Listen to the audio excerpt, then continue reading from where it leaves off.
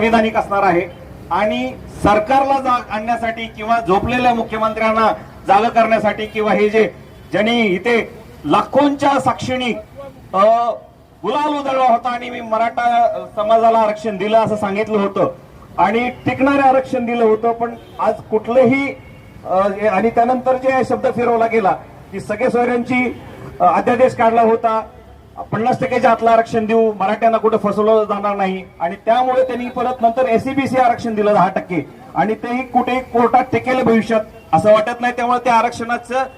समाजाने स्वीकार केलेला नाहीये. मराठा समाजाची मागणी आहे की मराठ्यांना 50%च्या आतलंच टिकावू आणि ते कुणबी म्हणूनच आरक्षण मिळालं पाहिजे आणि त्या आंदोलनाला पाठिंबा म्हणून आणि मुख्यमंत्र्यांनी किंवा सरकारने केलेली मराठ्यांची फसवणूक म्हणून आज आपण इथे